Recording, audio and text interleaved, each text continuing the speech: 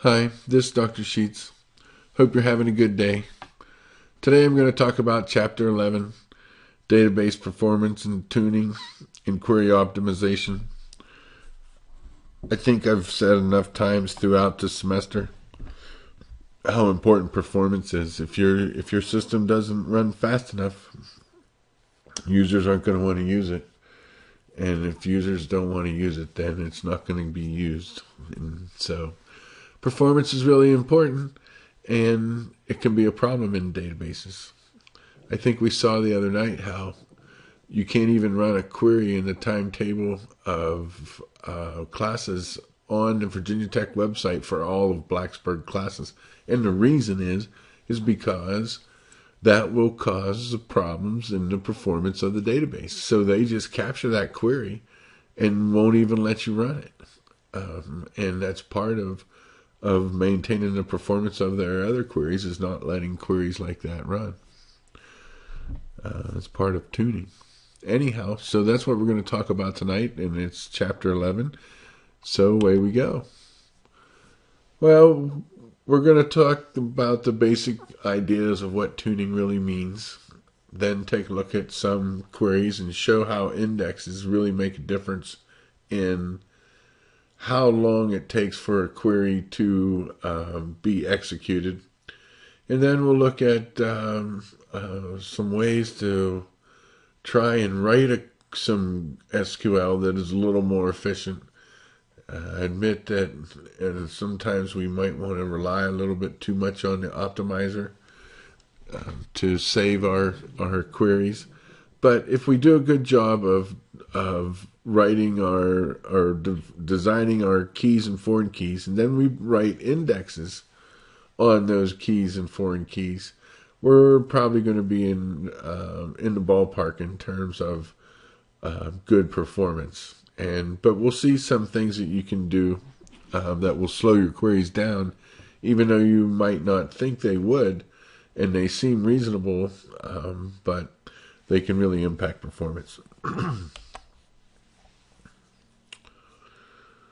Well, I guess it goes without saying that it's to go as fast as possible. I mean, that's our goal. There's going to be limits. There's the physical limits of the disk. There's processing limits of the CPUs.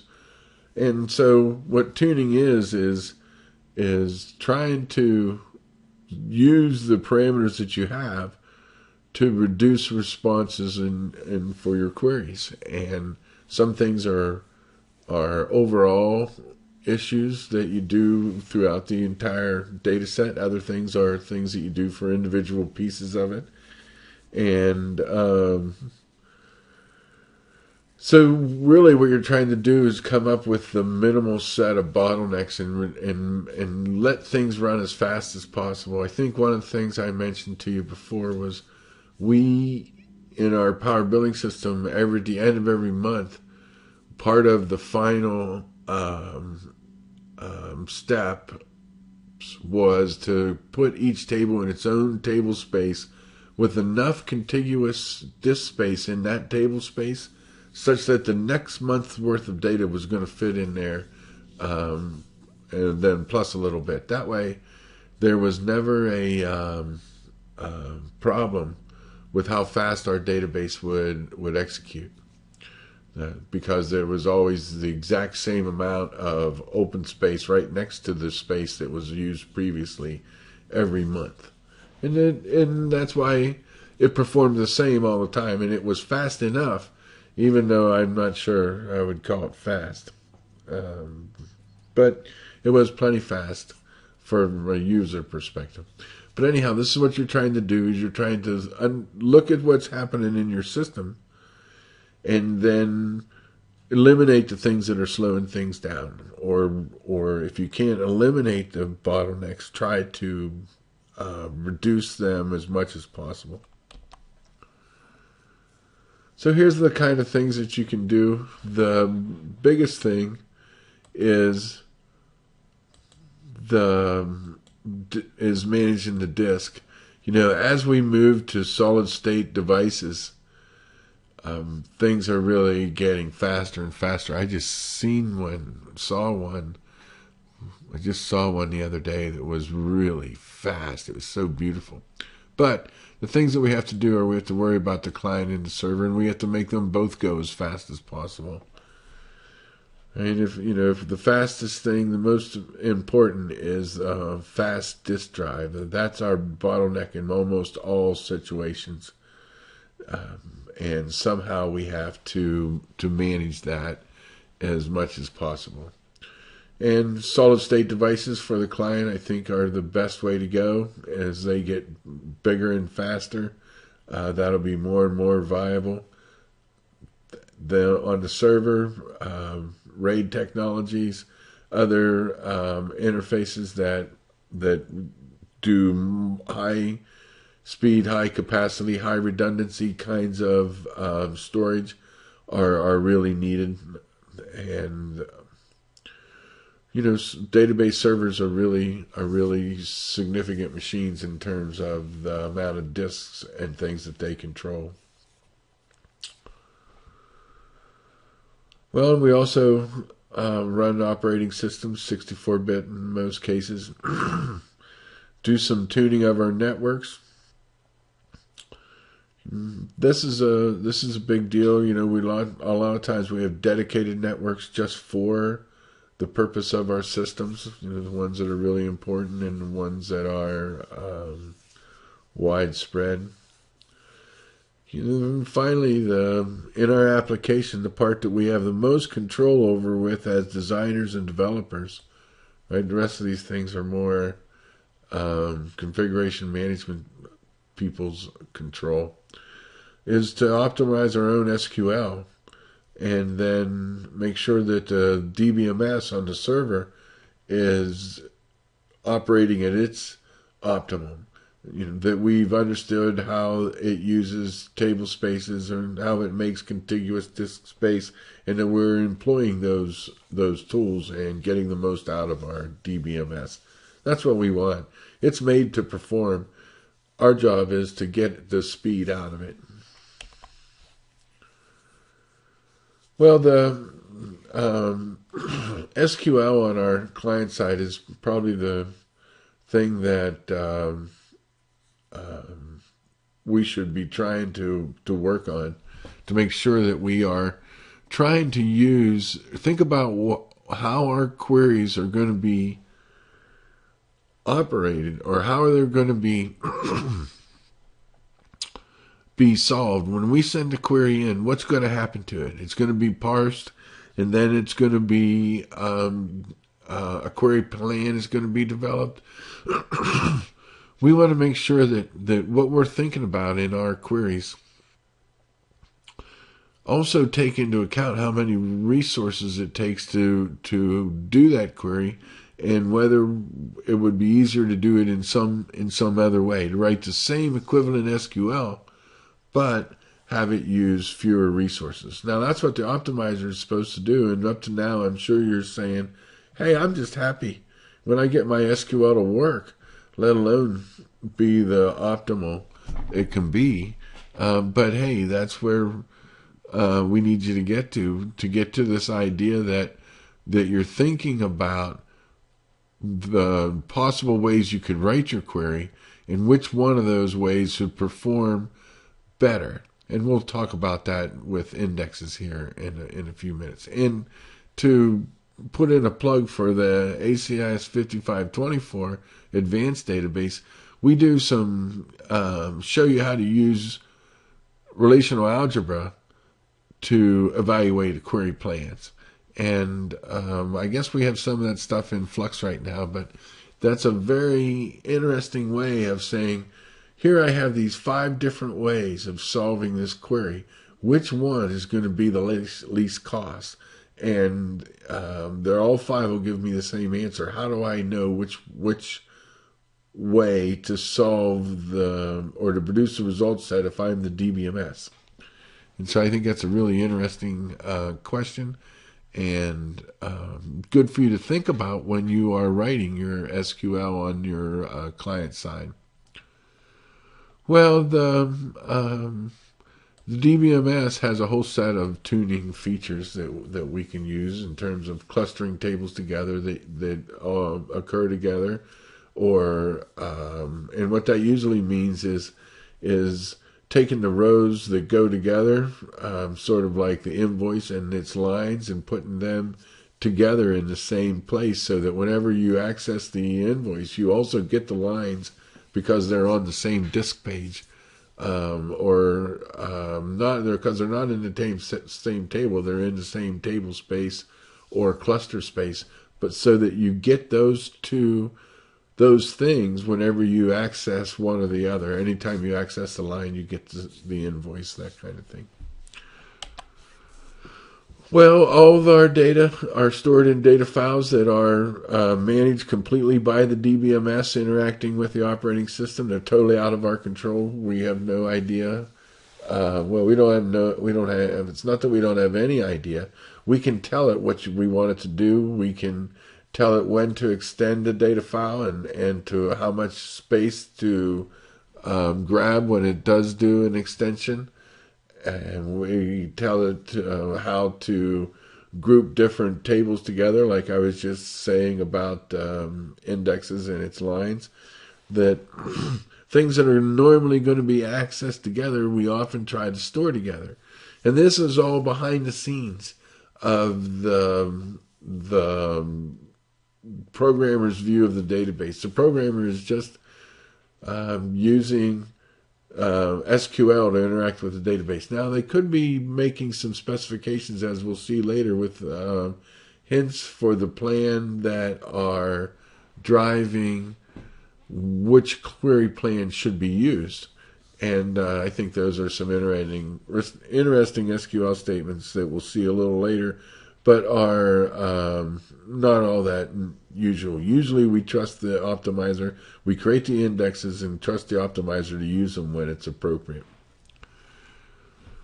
Well, the data comes and goes from the disk into memory, and the area that it goes into is called the data cache. And you can just imagine it as copies of the disk pages into memory, and then they are processed in memory to go through and to figure out which ones are the correct ones to include or not. Well, then we also have the SQL cache, and what that has is the query plan for the most recently executed statements. So there's some statements that will always be in this cache, meaning that they're already compiled, really ready to go. The query plan is known. When they come along, it'll just be executed. You won't have to be a lot of thinking done. And so then whenever they're executed, then it just goes to what happens is the DBMS goes to the disk and then takes the results from what it finds in disk, the actual copies of the pages, and puts them into RAM.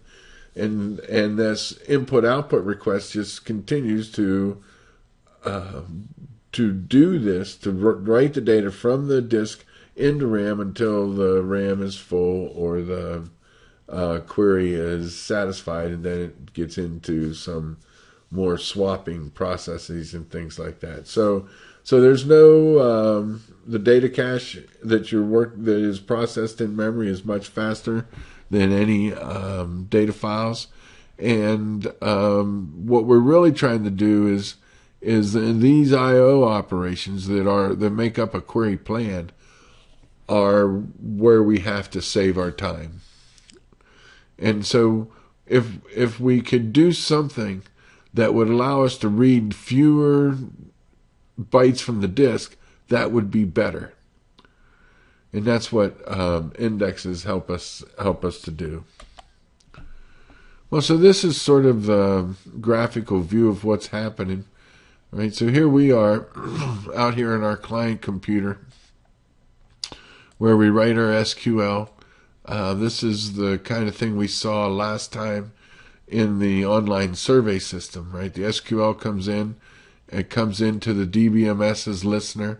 The listener then goes through the process of developing a query plan, looking to see if that query plan, or first looking in the cache to see if there's a query plan, then developing a query plan if there isn't, then turning that over to the scheduler to manage the series of activities that have to happen to do the I/O, and then the lock manager to make it so that each transaction has only the isolation it needs and can work on the data without any other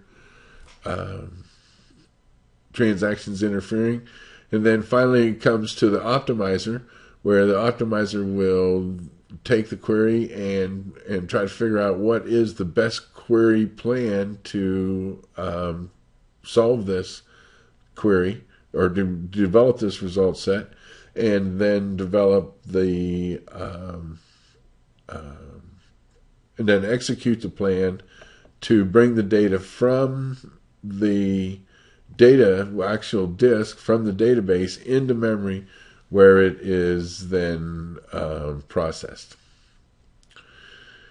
And then finally turned into a result set and returned to the client process. And so this is sort of like having X-ray vision and being able to look inside the DBMS program. These are sort of the elements that are in that program.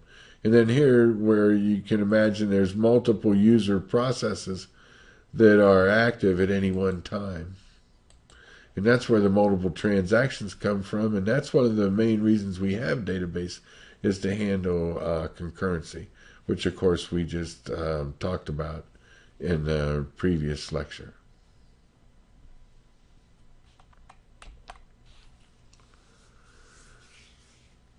Well, the optimizer can work in a couple of different ways. It can use statistics to determine the operations that need to be performed, or it can make an estimate of the cost and then try to minimize some function associated with that cost. And it is an interesting problem to be able to say, okay, what is it going to take to solve this query? And then to identify all of the disk reads and things that need to happen to solve that query, and then to put them into an order that's going to be the optimal. And you can see that this is something that, as a designer or an applications developer, you'll never really have to work on a optimizer, but I think it's good to have a general view of what's happening.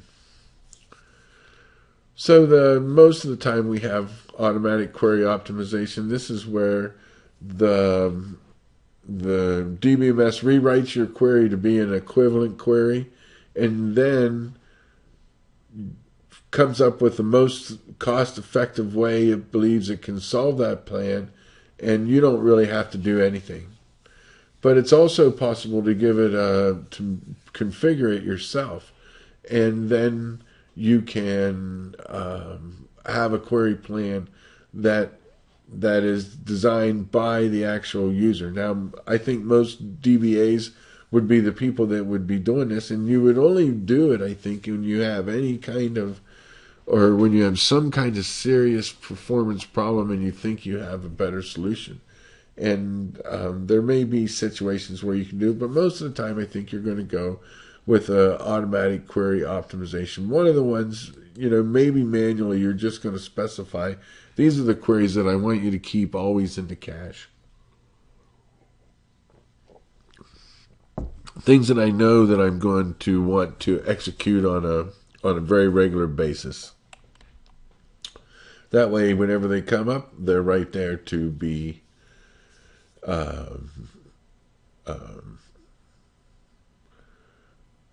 calculated right at that time. So there's a couple ways of making your optimizations, and a static query optimization is when you know the query is going to be very similar, right? And you are going to compile the steps needed to do it so that it'll be as fast as it can possibly be. That means you're not going to have to do any parsing. You're just going to be able to go directly to execution and then to fetch. It'll shorten the cycle for getting the data. But if your system is changing dynamically, if you have a lot of data coming in and being removed, if there's a lot of dynamic activity in your DBMS, you might need to do dynamic query optimization, which uses the statistics that are current at that time. But then it has to actually do the work of calculating different plans and then comparing them. And so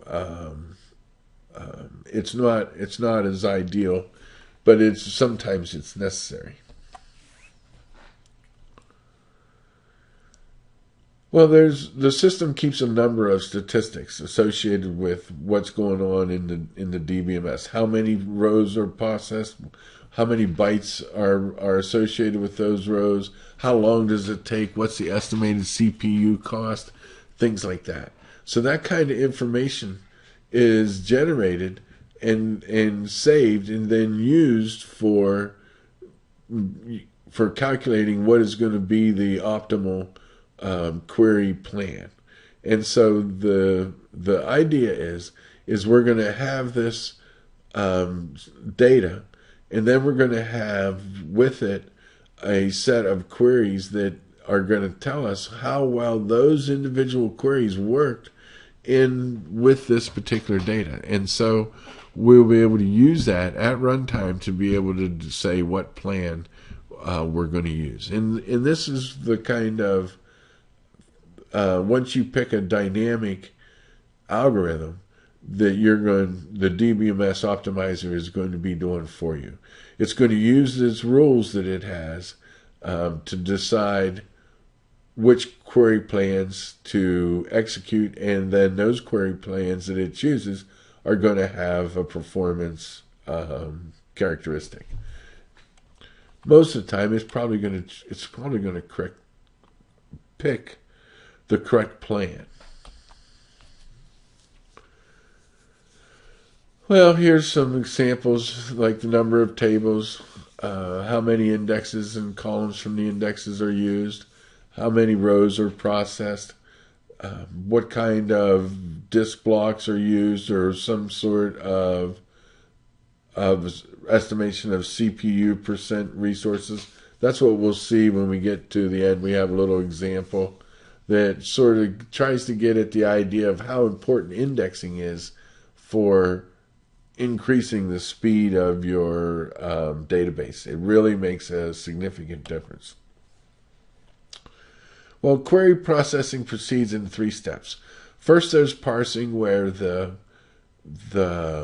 DBMS looks through the query, validates it, makes sure it's syntactically correct, makes sure all the tables and attributes that are referenced are correct, and then decides what would be the proper order to do the operations to get the most efficient access for that query.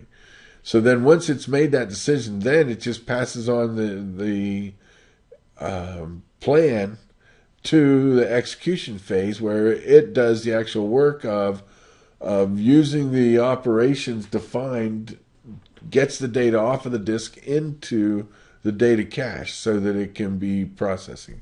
And then fetching takes the data from the data cache and creates it into a results set and sends it back to the client.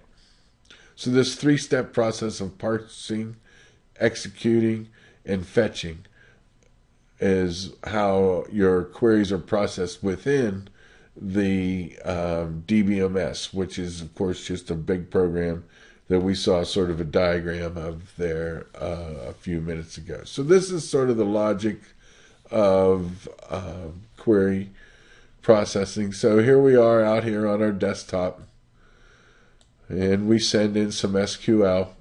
That SQL comes in and gets parsed, makes sure that everything is there, the syntax is correct, all the names are correct.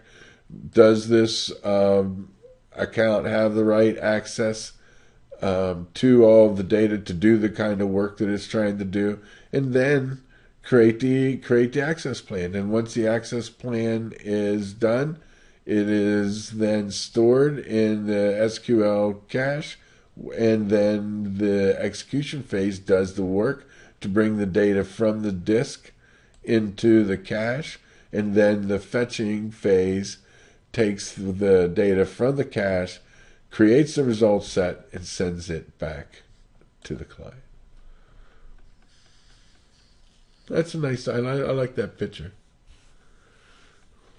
It has a good logic of what is good logical conceptual view of what happens.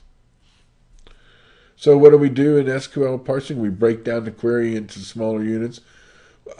We look at which table has the fewest rows. Where for the bang for the buck? Like, can we reduce by picking the rows off of one table first? Will we then remove a lot of the work that we would have to do if we took a different table first? That's sort of the simple idea behind parsing, is trying to find what order, or it is really about planning. It's one part of parsing, but it is how do we decide which order of things that we have to do, right? Because we have some set of things that have to happen. Right? We have to scan through the table, or we have to use the index. We have to compare one value to another value. All those things have cost. And so depending on how we do it, we want to determine if we do them in different orders, is there going to be a different cost? And there is a different cost, that we pick the lowest cost. Well, you say, gee whiz, if they're rewriting my query, why do I even have to write my query? Because it's really hard for you to write a sentence and then us to take that sentence and transform it into the right query. But we can take your query, which takes a lot of thought and knowledge to be able to prepare, and then we can make one that is exactly the same but more efficient. And that's what the optimizer does. So simple things like make sure the syntax is correct, that you don't use form instead of from in the from clause, that all the tables that you have are in the database with those column names. The user has the access rights. So then each piece is sort of evaluated to see what the cost of each one is. And then it's considered, if a different order, what does it take to optimize these different elements? And then based on the cost comparison, there's a plan is selected and then prepared for execution. So what the plans are ways to get the actual I/O to happen, the way to get the data from the disk, the physical file, into memory so that the result set can then be generated. So it's not as fine-grained a process as the actual preparation of the result set, because processing for the result set is going to take some work that is going to be processing through the cache, so it's a lot faster, but it's still work that has to occur to identify the correct result set from all of the data, right? It's just one step is moving the data from the disk into memory, and then another step is processing, right? So it's execution. It's parsing that creates the plan. It's execution that takes the data from the disk and puts it into the cache, and then it's fetching that takes the data from the cache and turns it into the result set. And one of the first things it's going to want to do, if it takes this query and sees that there is a plan already for it, you might as well just execute that plan. Otherwise, you're going to have to go through and compare it to other plans, and no reason to save queries in the SQL cache if you're not something that you want to be able to rerun. Well, the kind of I/O operations we're talking about are relatively simple, right? We have the full table scan, and I guess I have some more on this in advanced database class too, right? If you have to read through all the rows in the table from first one to last, it's going to take the longest amount of time. But if you access it by the key value, right, you're going to go for one row in that table directly, then you're going to have the fastest possible access. Now, the next fastest, or another way of accessing, I don't want to say next fastest, because is an index scan. And when you have an index, what you have is you have a key value and then an address. In this case, it's usually a key value and a row ID. So that sometimes you can resolve some parts of the query just using the index, which of course is much less data because it only has the key value and the row ID rather than all the other data that goes along with the instance. And so an index is a very fast way of accessing because if you know the key, you can go directly to the index and find the row. You don't have to. That's how you actually are able to find the row process. And anything else that you're doing, if you're sorting or merging or trying to process all the rows in one table with all the rows in another table, then you're starting to run into some really high cost activities. Sometimes it makes sense to do a full table scan, or you have to do a full table scan. I think I have a nice little example of that in my live lecture for this chapter. I just have to find a nice stopwatch for it so that you can see the difference in time between a key access and a full table scan where you're looking for a particular string. Right, where you have to compare this string to every value in the table. It's an interesting, I think, little example. Well, so when you're going to do anything, as we learned in our transaction and concurrency lecture, you're going to have to acquire the locks that you need for all of that data. And so once the locks are acquired, the locks are logical, right? That you have a lock on this row. Now that data then is retrieved and placed in the cache, and then we actually then do whatever the SQL manipulation is that the transaction wanted to do, the actual operations at that time once it's placed into the cache. So, well, then once the operations have all been performed, then we have a process of going through the cache and pulling out the rows that we want to return to the user, create the final result set. And so you know that a result set is just sort of a temporary table, a way to pass that back to the client. And once it's gone, we don't really care about it. We've gone through the process of finding it, then sort of manipulating it and returning it as a result set, and we don't really have much to worry about it after we've fetched it and then returned it. Well, the things that we have to worry about are delay in the processing, and I/O is the slowest part of the system. The main issue we have is our hard drive. That's our slowest part of our computer. We do have some issues with our network latency sometimes. A lot of those are out of control. Of course, we want the most possible RAM we can get and the most powerful CPUs. right? But the thing really under our control is this application code. And that's where we want to be sure that we're not doing things in a way that cause the system to work harder. And it is possible for us to do that if we do things in a more contemplative way. Sometimes we can get our processing done more quickly, and we can count on the optimizer to do it. But sometimes it helps us. It helps to think things through. And I always sort of like to think about my queries about what would be the best order of execution of the query to be the fastest. And I guess we can talk some about this in our class, maybe using our online survey system or something.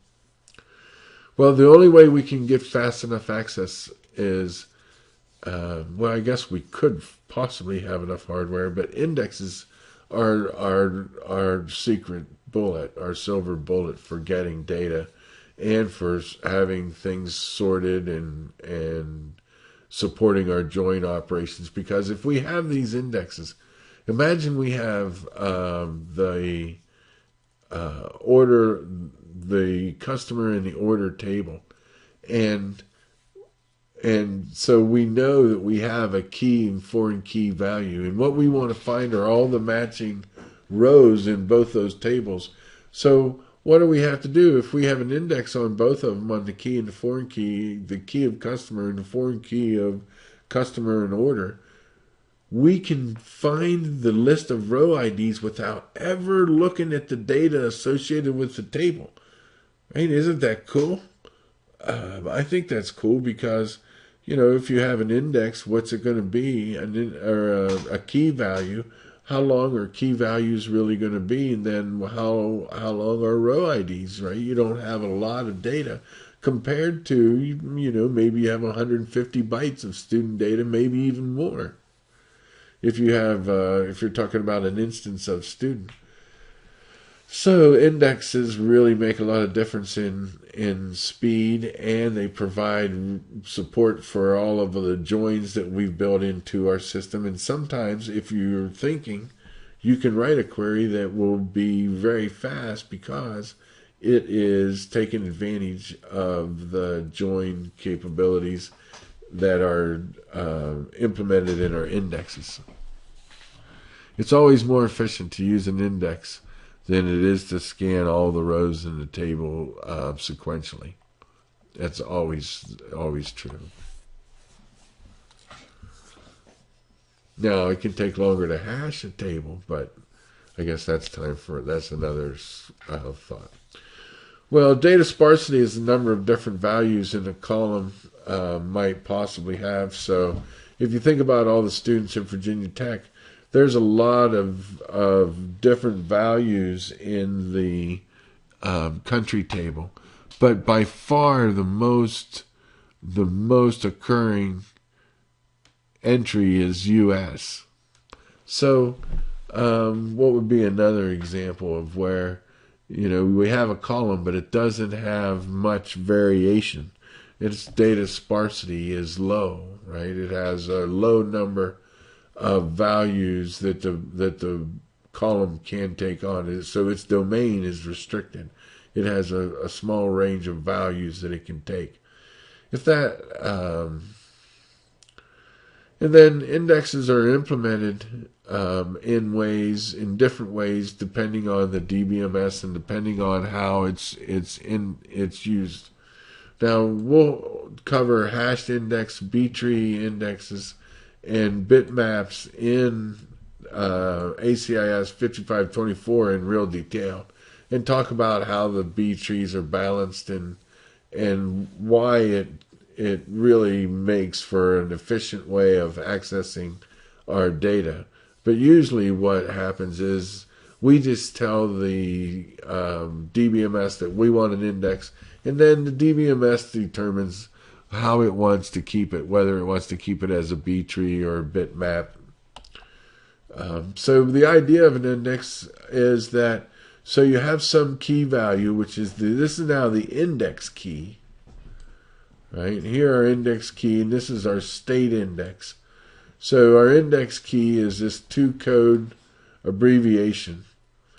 And so what we know is for each index key value, there's an associated row ID that it is associated with. And you can see the customer state here for row 2 is Arizona. And then here we see we have many instances,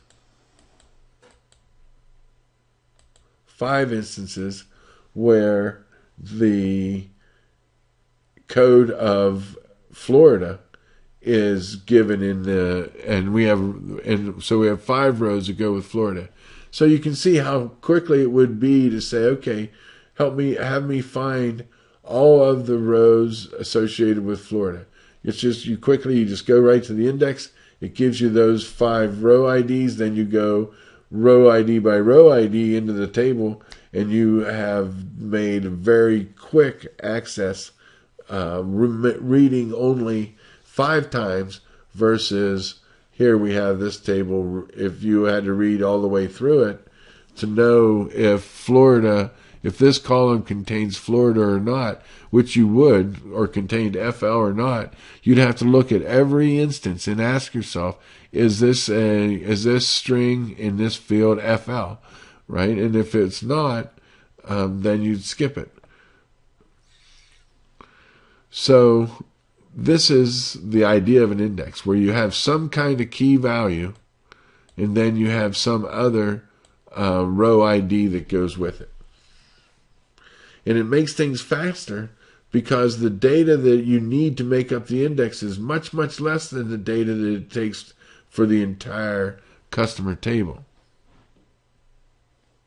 So if you keep things organized by the index, then you could easily come back through them in order, or pick out just pieces of it. And as we'll see later, it'll be faster too because it's handling less data.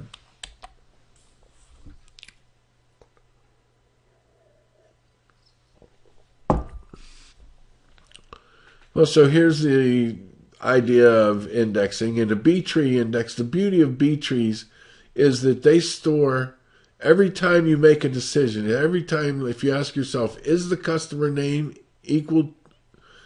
greater than or less than Lee? You ask yourself that question. Now, if you say less than, you've immediately pruned off, we say, or eliminated half of the possible things that you would need to know. Right? You no longer have to search on that side of the tree at all. Right? That whole side is eliminated.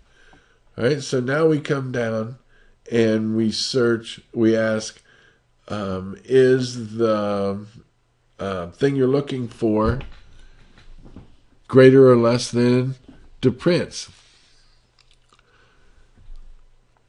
And when you do that, now you've eliminated this whole side, and you're down to just this. And now you can find that the prince is in row 43. You see how much faster that is? It's the 1, 2, 3 reads that you made, rather than doing all the reads of the table, which is 3, 6, 9, 12, 13, it looks like.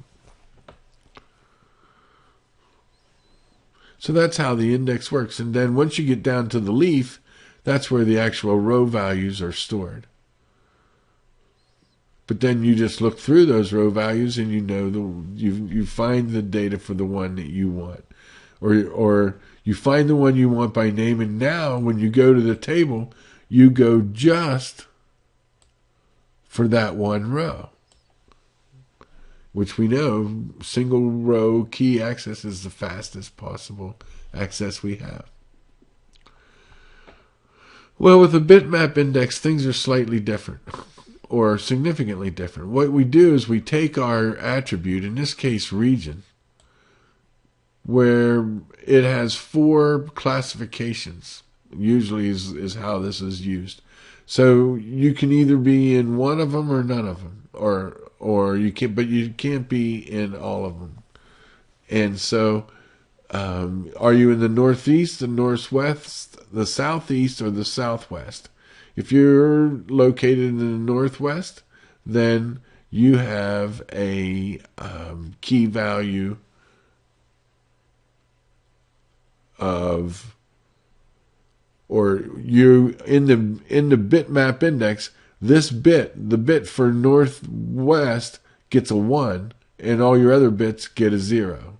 And what this is nice is now, and if you have, what's not really shown out here, but here you have, well, this is also the row ID. The row ID is out here. So anytime you say, well, show me all the people in the southeast quadrant, all you have to do is go through, boom, and look through this bitmap list and quickly identify this index and quickly identify all the ones that you need and their row IDs, and then you just access them directly. So to figure out what rows you want, you don't even look at the data in the actual disk, in the actual table itself.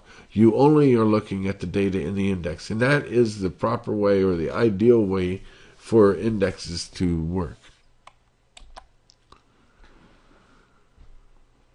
Well, there's two approaches: a rule-based optimizer, which has some preset of rules, and it assigns a fixed cost to each operation. And so these rules are fairly broad, but are known. It's like these rules have been set based on the parameters of our current configuration and observation of the system over some period.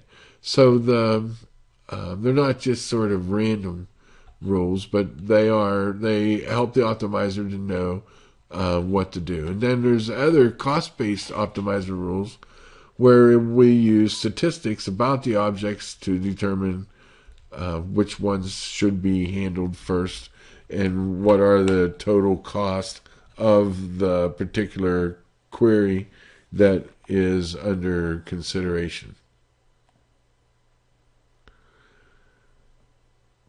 My guess is most of our big DBMSs like Oracle and SQL Server are doing something like this rather than a rules-based approach.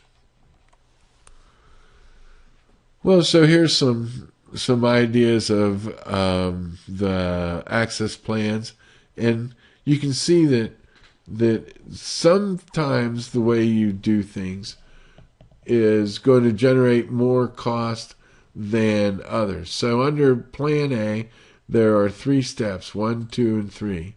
So the first step is to create a Cartesian product of the two tables. All right, so we do that. It has this total I/O cost, and we have these 2,100 rows. So the next thing we do is match the rows from A1 with all of the matching vendor codes that go with it, and that gives us a 7,000 rows in our vendor file and a total I/O cost of 2.1. Well, so so here we are. We have come down here, and we're going to have 2 equivalent queries, but we are going to have one that is much faster, about 1/3 the, or no, yes, 1/3 the, or no, 1/6 the total cost of another plan. And so there's a big savings depending on how we go about finding, or go about how we solve the query. In this case, the first thing we do is select off only the vendors from Florida before we do the Cartesian product. And here we do the Cartesian product first, and then select off the matching rows off of in a later step. And so we incur a lot of cost from that Cartesian product from doing that before we do the restriction on the V state equals Florida. We end up costing a lot. The cost of our operation is a lot higher. So, knowing this, the optimizer would pick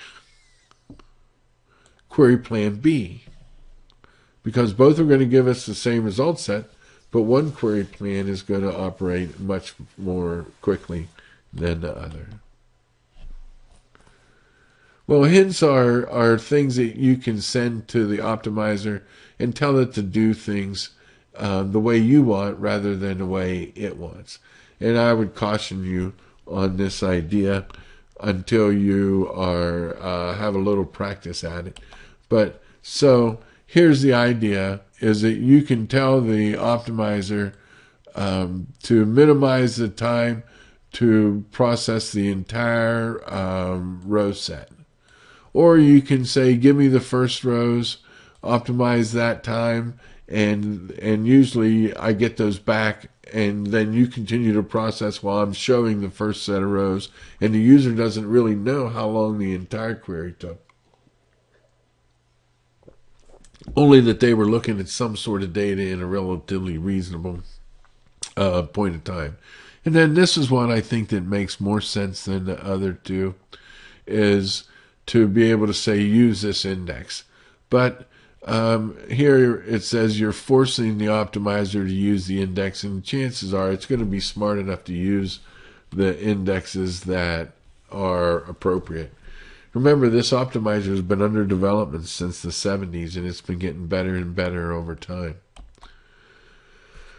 Well, so now we're down to actually looking at our code to try and make things go faster, and this is where it's really an important idea, is that we think about how our code should be executed and when we are writing it. Right? Because we just saw there on that prior plan, the way we had written our program, our SQL, takes much more or less time. And so we need to be careful. So let's see, have a look at some of the things that we can do. Right, the main thing we can do is make an index, and so index selectivity is the idea of how likely is an index we make going to be used. Not all indexes can be used to improve performance. It's possible, depending on the way we write our query, that we can't use an index to resolve it. And I have an example of that for the in-class part of this lecture, where we see how even in a simple access database, you can see how much slower it is to access data whenever you are unable to use a index compared to when you can use an index. So indexes are going to be used, right, when that column appears in the where or having clause. Certainly anytime it appears by itself, then the index is going to be used. If it appears in comparison to something else, then the index may also be used. The index column appears in a group by or order clause. So because the index can be already kept in a particular order. Now, we didn't really discuss that, but if you remember our little B tree there, where we cut off half, the first decision cuts off half the tree, the next decision cuts off half of what's there, right? Eventually we got down to the leaf there, and where we had all of our rows. And that sort of shows you that then you could track through that index in order to be able to show a sorted order of the data. And that's a powerful way of using indexes. A lot of times, if you have a high data sparsity, where there are a large number of items in a particular file, something like state, then you might want to be sure and use an index on that. And then whenever a file has when you're trying to get a large subset of rows from a table, and you have an index, that's one of the first things that you will do is use that index if you can, and then limit your large file. And so indexes are really important, and hopefully here in a bit you'll see why. So we want indexes on all of our attributes that are in the where and having and order by clauses.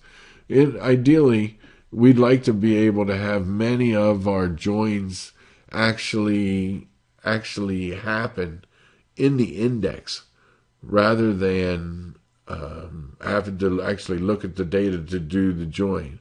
So you wouldn't want to join two columns based on dates, where you had to get the dates from the data and then do some sort of date arithmetic or comparison to do that, to find which one was greater or lesser, say, because that would make for a really high cost, because you would have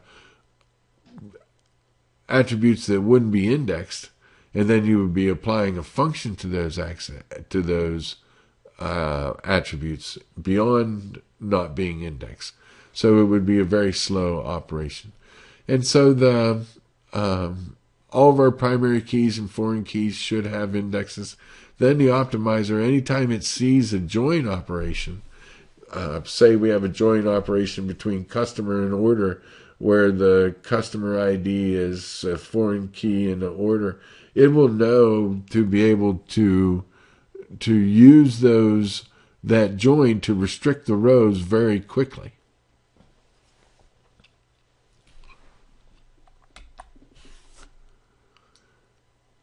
Well, when you have conditional expressions in your clauses, things are going to go slower. There's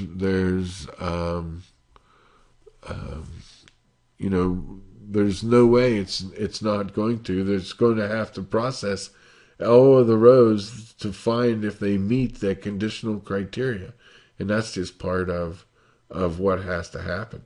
And so if you can do some restriction based on the key value or based on some index before you do the actual comparisons of the data from one row to another, then you'll be much more efficient. And then you also want to make sure that you are using things that are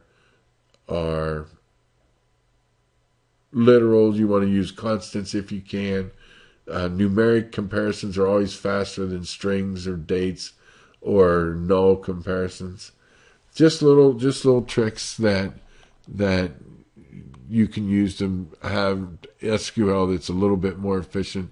You shouldn't be searching for nulls in almost any situation. It's possible that you could, but then it should be something that you're not really handling, and that's why you've left it null. Otherwise, it should have a code or have an attribute that has a true value rather than null. Well, it's always faster to look for things that are equal rather than unequal, and greater than or less than. There's the equal comparison is always the fastest.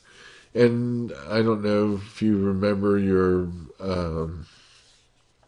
I guess it would be ECE 4500 or something, where you talked about registers and how they are compared and things. But that's still the same reason that equality is faster than any inequality. The conditions should try to use literals, use real numbers or constants rather than variables. put your equality conditions first when you are using multiple conditions. Now, we would hope that the optimizer would be able to figure this out. It used to be a really big deal when you were writing Oracle queries to make sure that you paid attention to putting the clause first that did the greatest restriction if you wanted to manage how the optimizer performed, because the optimizer must not have been too smart back then.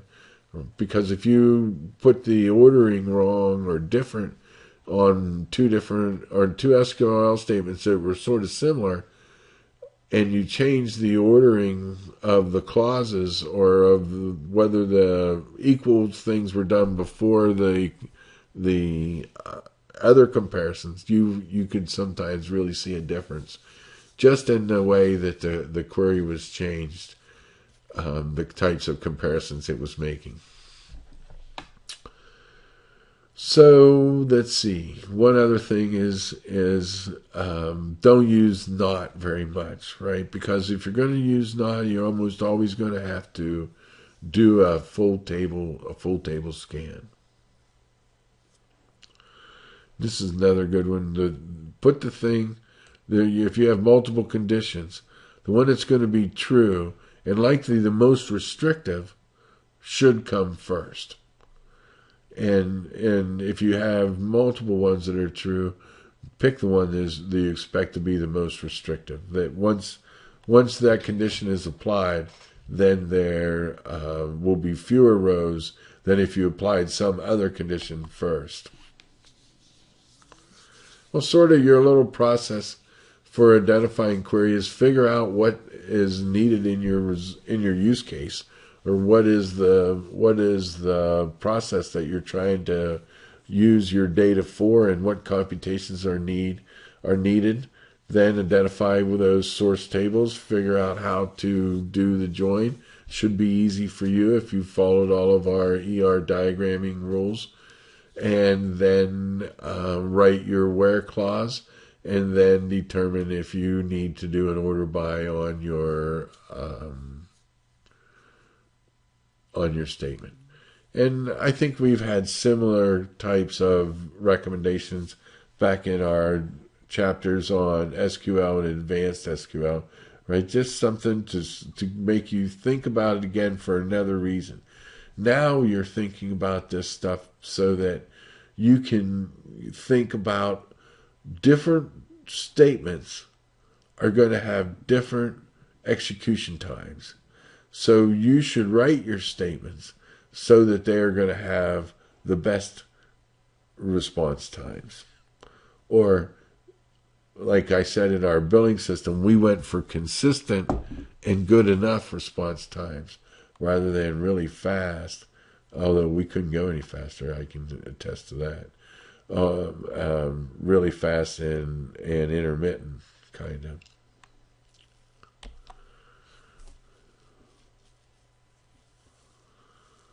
Well, the DBMS has a whole set of processes associated with keeping the system tuned and managing all the different elements of the system, the data cache, the SQL cache, and the different optimizer processes.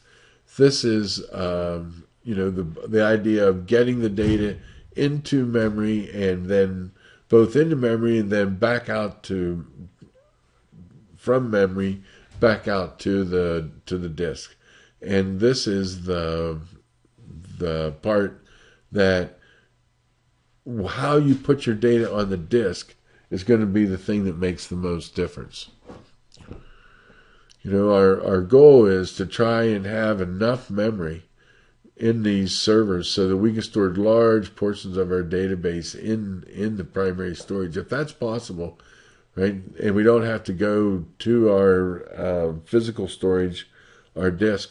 Then we're going to be running as fast as possible, but we still will be faster using an index than if we don't, because we will not have to handle as much data if all we're handling is the key and the row ID, rather than all the data associated with the instance. we are going to be faster, even if we are dealing with in-memory database and we've removed all the disk latency from the system. Well, all servers are going to want to use high-speed disk systems. You really need a high level of fault tolerance for servers, and there's a lot of mirroring that goes on. So you have cost, but remember, our main goal is to keep our uptime, to have good performance, good throughput, to do everything we can to make sure that our system responds as fast as possible, that we have the right indexes, that we are storing our system data, right? Like Oracle has to do a lot of accessing of its catalog and metadata when it is doing the scheduling and the parsing and all that kind of stuff. If you think about parsing, it has to be able to access the catalog to know if the tables and the attributes are things that you have, that you've put on your SQL statement, or are things that we actually have in our database, right? So that gives you some idea, so that we separate those things so that when we're going for our index and going for our data, right, we're not interfering with ourselves by having those things be on the same disk.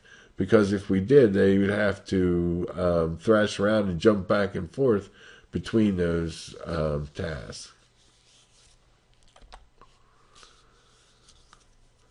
Well, like I say, we used the clustered tables, and we did a big effort on partitioning our disks so that our tables were ready to be used the next month.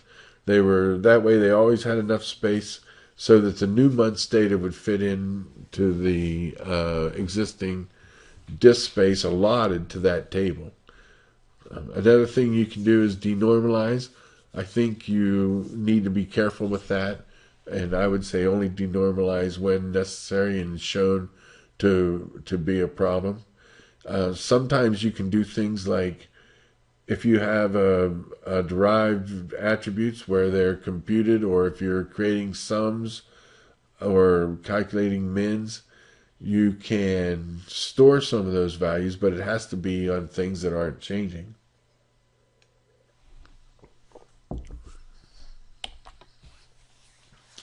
Well, so now we have a little example here of how to use Oracle and evaluate query plans. Now, I know we're not using Oracle, but it's mostly just to give you the idea of how important indexing is. Because what you're going to see over these next few slides are examples where the query plans are explained, and what you're going to see is in some cases resources are double what they would be when you write the query one way with no index, and how fast they are when you write the query, or when the query can run with the index. So let's have a look. So here we have a interaction with Oracle SQL Plus, which is their command line interface. So this is a command line, and so the SQL prompt is there, and it's waiting for you to enter an SQL statement. And this statement isn't really SQL. It's vendor provided. And so the statement is, analyze table QO vendor compute statistics. And the system says, got it.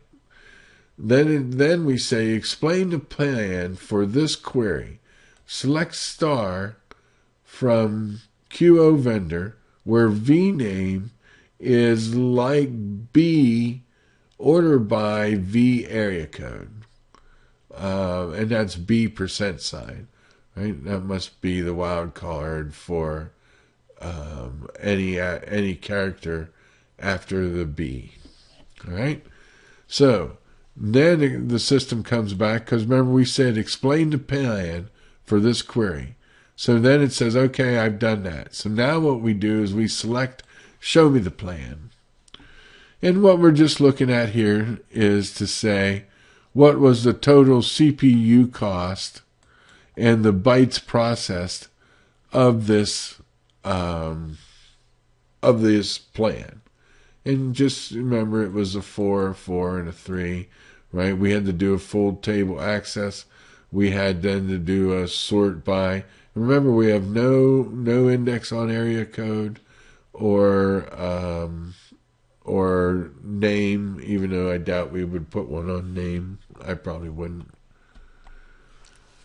But now, the next thing we do, we come back and we say, okay, let's create an index on this Q vendor for the area code, right? Because we analyze, and now remember we have our order by, which is a sort by area code, right? And we saw right here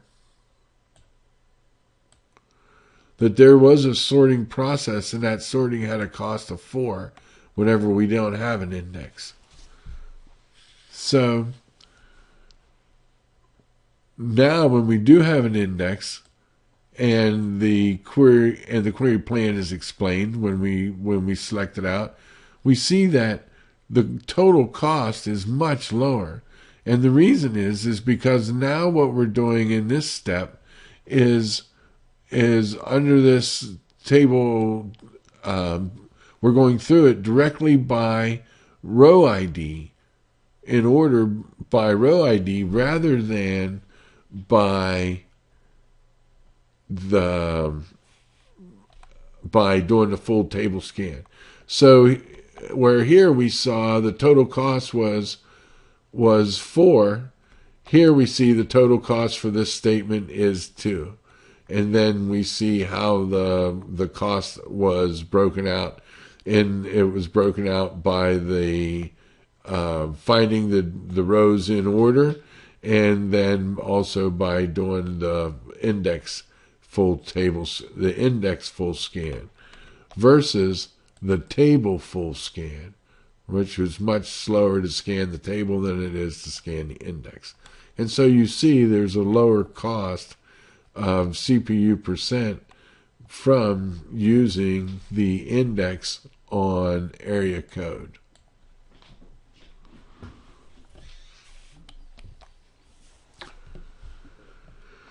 Well, so now we have another example where we have a query. We've asked the system to explain this query. Select vname P-code from QO vendor as V, QO product from P, where the V code in V equals the V coded P, and the V name equals ORDVA in quotes. Right, there's my 2 quotes.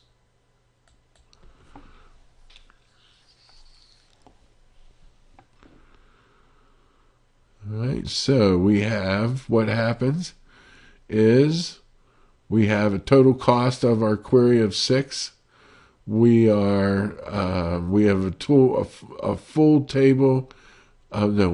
We have a hash join of product and vendor, and then we have an access using the index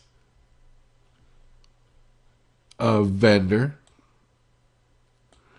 and then we have an index range scan using the name index, and then the last thing is we do the full table scan, and the thing that I need to point out here is that this index range scan number 3, right? Since we have this index NDX2, which is an index on name, we're able to use the index to resolve the query, rather than having to actually look at the vendor the vendor name in the vendor rows.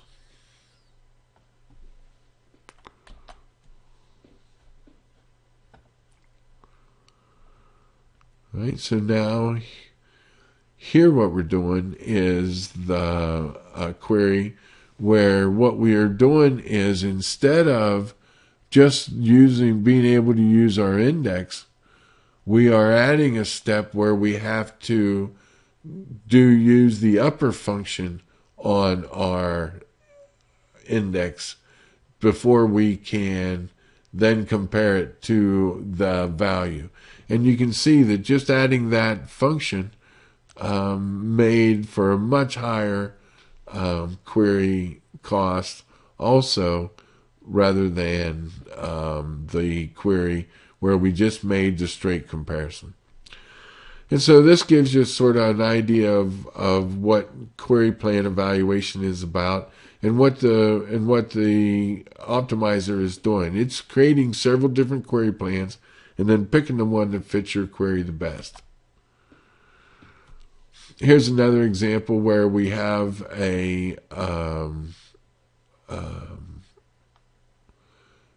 we have to sort the product table, but if we have an index on the table, right here we create an index on the price. If we have that index, the total cost is only 1 versus the total cost of 3.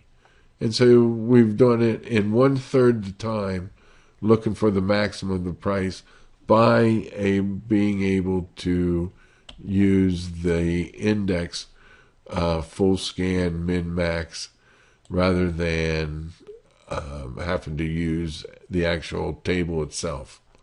And that'll be much faster because there's less data.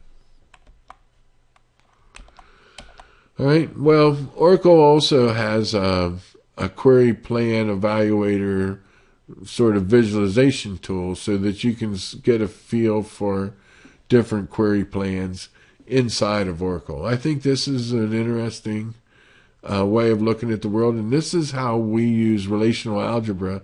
We do similar diagrams to this in ACIS 5524 Advanced Database, and show you how there are multiple diagrams like this that are possible to solve any query. And then these query plans in this view are, I think, easier for people to understand. When you have two of them next to each other, you can see which one is going to be more efficient, or be more likely to be more efficient. And so in ACIS 5524, one of the exam questions is, given this query and these 5 query evaluation trees, say which one should be selected to give the most efficient query plan for that query. And so you'll learn how to do all this kind of evaluation and to optimize your queries in 5524. Along with some other cool data mining assignments and big data kind of stuff. All right, well, performance tuning is really important. It has the aspects of both the DBMS and then working on our SQL. And so what we want to do is we want to be sure that we are thinking about our optimizing our SQL when we are creating it. And I think that's the most important thing for you for now is when you are writing your SQL, that you are thinking in terms of what would be the optimal way for that query to work. Because once you start thinking that way, then you'll see other things. Maybe you'll use another table. Maybe you'll create an extra index, and you'll find that your systems are working and performing well. Well, statistics are what we are really using to keep track of these things and to do this process of deciding which, or this process of returning a result set where we have to parse the query, find out what is going to be really needed, make sure it's all correct, and then deciding on what's the most efficient plan, and then executing that plan, and then taking that copies of what came from the disk and fetching it into the actual result set that we need to return to our client. You know, you can't say enough about how important it is to have good indexes and how much indexes matter. You know, we saw where sometimes it cuts the time in half, sometimes it cuts the time to 1/3 or the cost to 1/3 of what it would take to run your query a different way when you have the right index. Well, in the optimizer, it does a lot of the hard work for us and helps us and makes our code efficient. And, you know, it's only getting smarter and smarter over time, but we have the ability to override some of its abilities and to tell it the kind of things we want to help it fit what we want more directly than it might if it picked its own plan. Well, finally, the SQL tuning, that's where we make our difference and where I hope you spend your time thinking in the future. All right, I will see you in the forum. I hope you have a good day.